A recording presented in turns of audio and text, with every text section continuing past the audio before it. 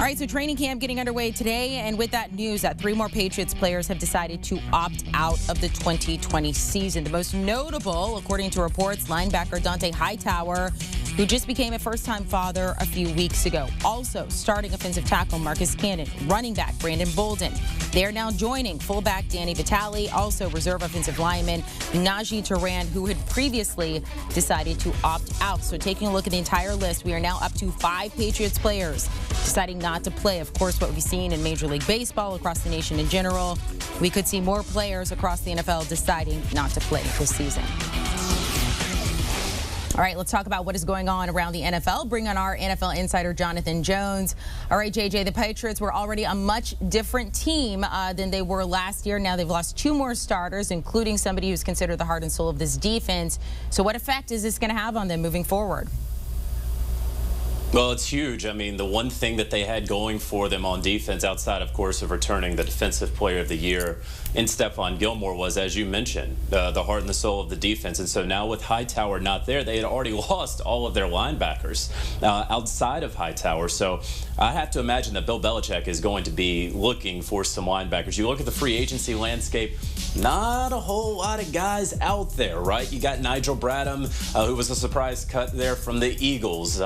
Listen, Bill Belichick makes a lot of crazy moves, right? Vontaze Perfect is a free agent. You look at a Darren Lee, perhaps. Those are the 3 when I look at potential inside linebacker options for the Patriots.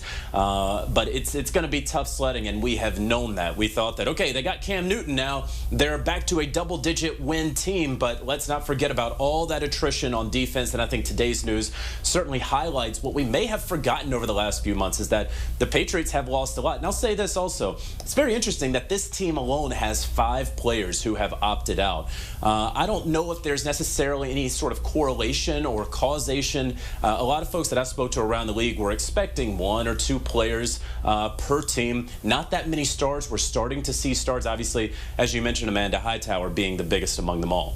JJ, I mentioned what we've seen with Major League Baseball, specifically the Marlins, now reportedly up to 15 players who have tested positive, and that trickles across all sports here. So given what we've seen with the Patriots, what we're starting to see with some sports leagues trying to come back, do you expect to see more and more players in the NFL starting to opt out?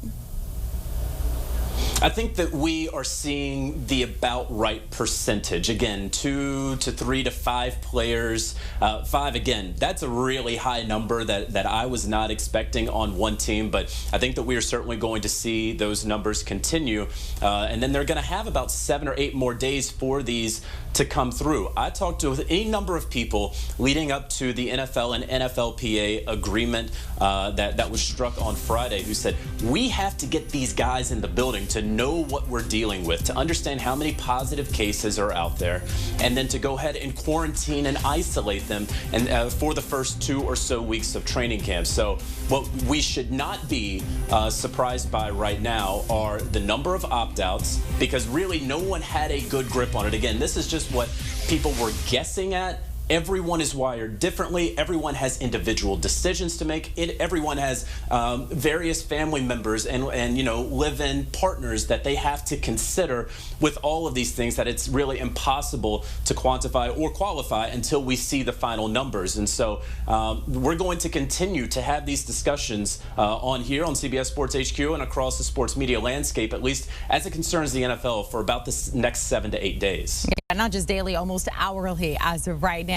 Want a sports network that delivers everything that matters about the game? The highlights, the picks, the instant analysis. No yelling, no fake debates, no politics. Hit the subscribe button and never miss a moment.